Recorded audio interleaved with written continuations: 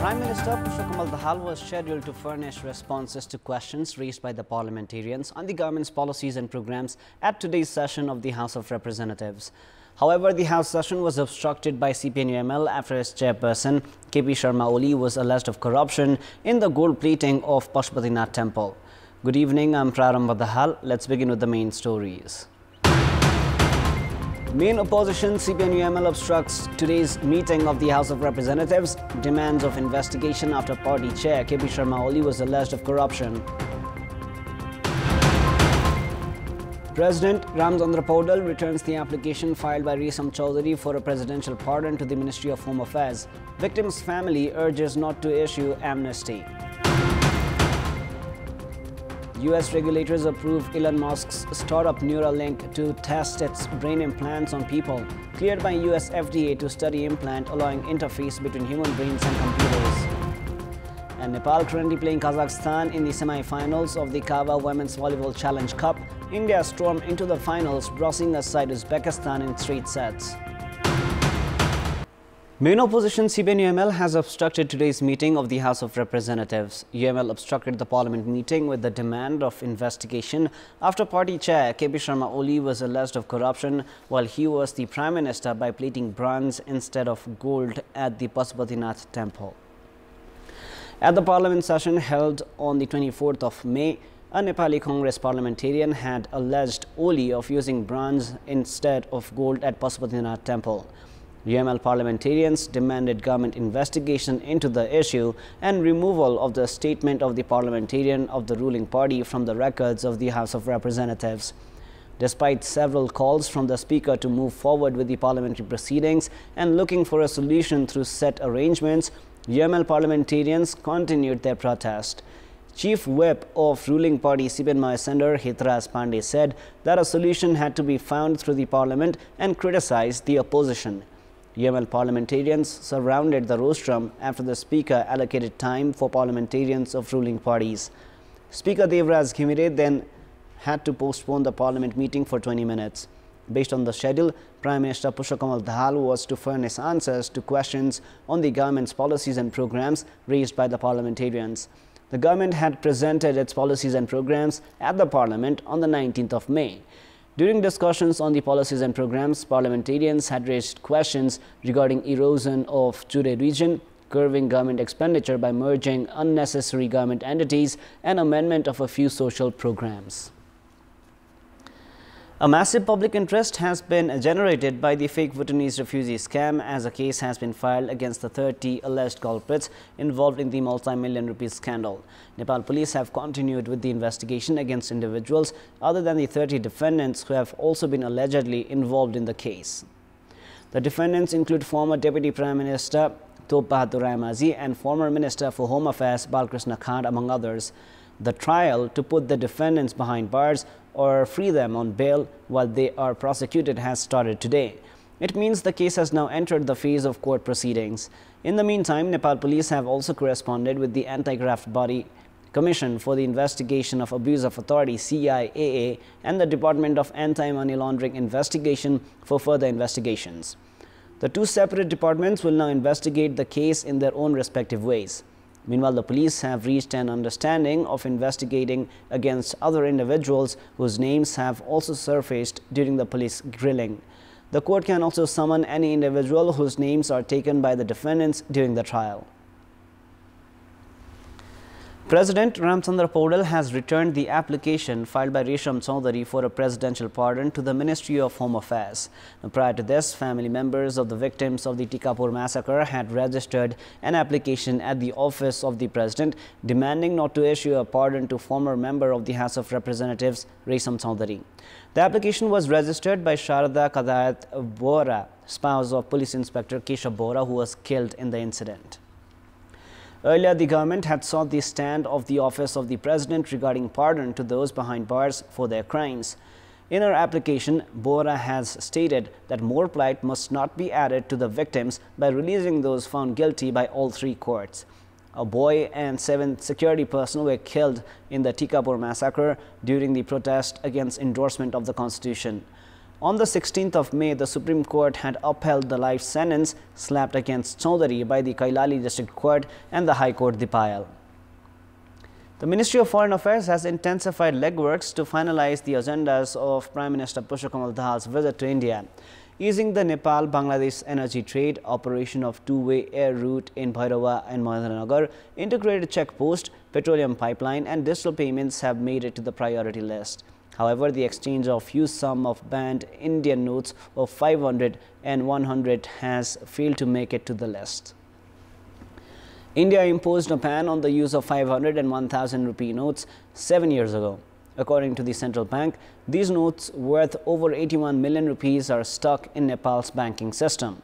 This includes 68,148 notes of 500 and 16,552 of 1000 Indian rupees. This estimation, however, excludes the amount that the general public carry with them. The Indian side has remained indifferent despite several exchange requests made in the past. When the ban came into effect, Nepal Rashtra Bank had corresponded with the Reserve Bank of India that had said the issue would be addressed at the government level. Last Friday, the Central Bank of India decided to withdraw 2000 rupees notes, giving the public time till September end to exchange their money.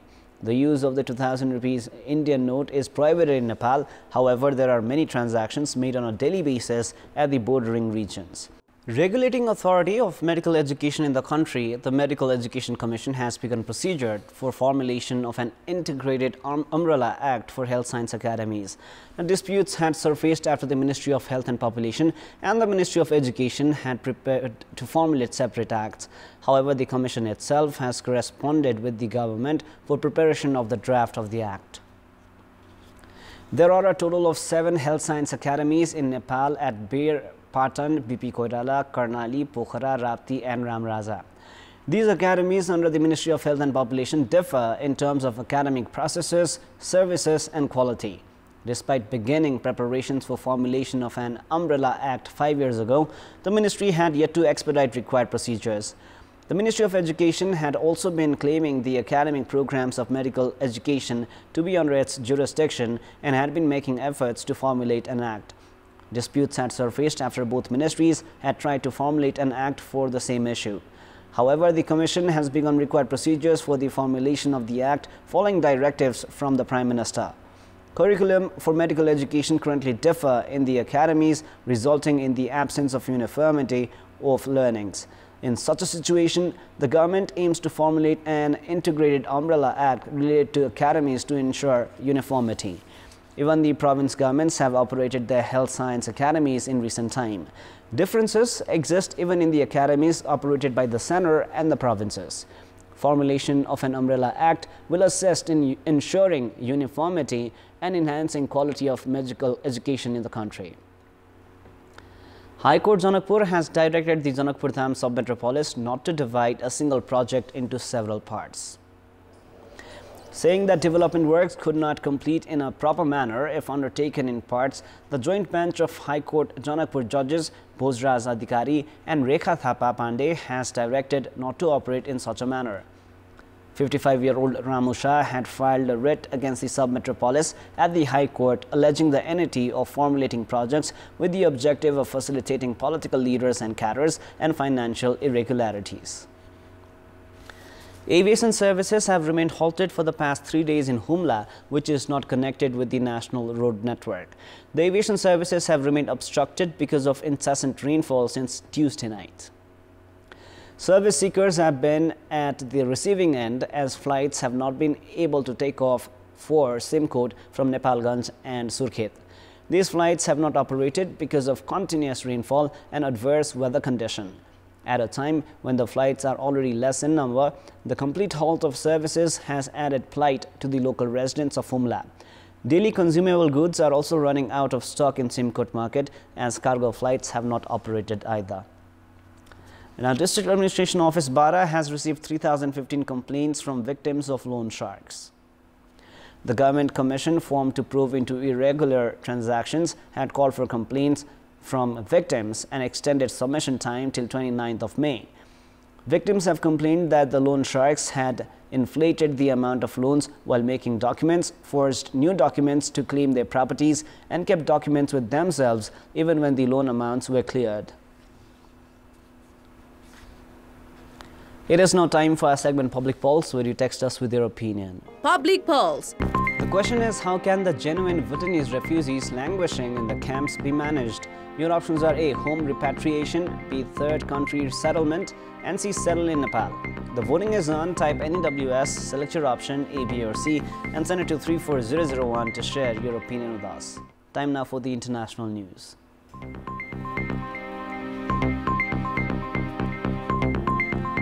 The United States regulators have given approval for Elon Musk's startup Neuralink to test its brain implants on people.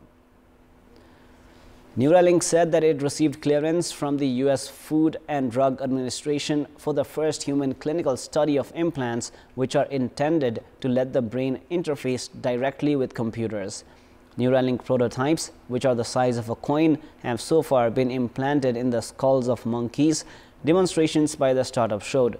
With the help of a surgical robot, a piece of the skull is replaced with a Neuralink disc and its wispy wires are strategically inserted into the brain, an early demonstration showed. The disc registers nerve activity, relaying the information via a common Bluetooth wireless signal to a device such as a smartphone. At a previous presentation, Neuralink showed several monkeys playing basic video games or moving a cursor on a screen through their Neuralink implant. According to Neuralink, the technology has also been tested in pigs. Recruitment for a clinical trial with humans is not yet open. Musk, who recently established a business devoted to developing sophisticated artificial intelligence, has contended that syncing minds with machines is vital if people are going to avoid being outpaced by artificial intelligence or AI. Experts and academics remain cautious about his vision of symbiotically merging minds with superpowered computing. Now, Japan today said it will impose further sanctions on Russia after the group of G7 nations agreed last week at the Hiroshima summit to step up measures to punish Moscow's invasion of Ukraine. Chief Cabinet Secretary Hirokazu Matsuno, Tokyo's top government spokesperson, also condemned Russia's move yesterday to deploy tactical nuclear weapons in Belarus, saying it would further intensify situations around the invasion of Ukraine. Matsuno told a regular press conference that as the only country to have suffered atomic bombings during wartime, Japan never accepts Russia's nuclear menace, let alone its use. In a coordinated action with G7, Japan will freeze assets of 78 groups and 17 individuals, including army officers in Russia, and ban exports to 80 Russian entities such as military-affiliated research labs, according to a Friday Foreign Ministry statement. A Trade Ministry statement said Japan will also ban providing construction and engineering services to Russia, although the details of the measure will be announced at a later date. A time-lapse video showed ashes and smoke erupting from the Mexican Popocatépetl volcano. Popocatépetl, one of the country's most active volcanoes, has recently intensified its fiery activity. The National Coordination of Civil Protection reported through its Twitter account that as for yesterday and derived from an episode of low-amplitude tremor, the volcano maintains a continuous emission of water stream and gas with low ash content, reaching a height between 400 and 600 meters in a southeast direction. Residents of nearby ash-covered towns Santiago, Zatilzintla, and San Nicolas de los Ranchos in the state of Puebla remain alert to volcanic activity and are keeping calm. Earlier this week, several towns closed schools due to volcanic ash. Mexico City's Benito Juarez International Airport halted operations for more than 5 hours on Saturday. Several flights were delayed and others cancelled. Popocatépetl, meaning smoking hill in the native Aztec language, Nautol is one of the world's most closely monitored volcanoes. It rises only about 72 kilometers southeastern of Mexico City, home to about 9 million people, or around 22 million including the metropolitan area. 4 people were killed in a stabbing and shooting attack in central Japan. The alleged assailant is said to have stabbed a woman before firing a hunting rifle to kill 2 policemen in the city of Nagano Prefecture. A fourth death was later confirmed. The suspect is the son of the city assembly speaker. Gun violence remains extremely rare in Japan despite the killing of ex-Prime Minister Shinzo Abe in July last year. According to Japanese news agency Kyodo, police received a call at around 4:25 p.m. local time about a man who had chased and then stabbed a woman. An eyewitness working in a nearby field told Kyodo that the man's attack on his first victim had been carried out with a blade around 30 centimeters long. The suspect, who was reportedly wearing a camouflage uniform, a hat, sunglasses and a mask, then allegedly shot police officers who responded to the emergency.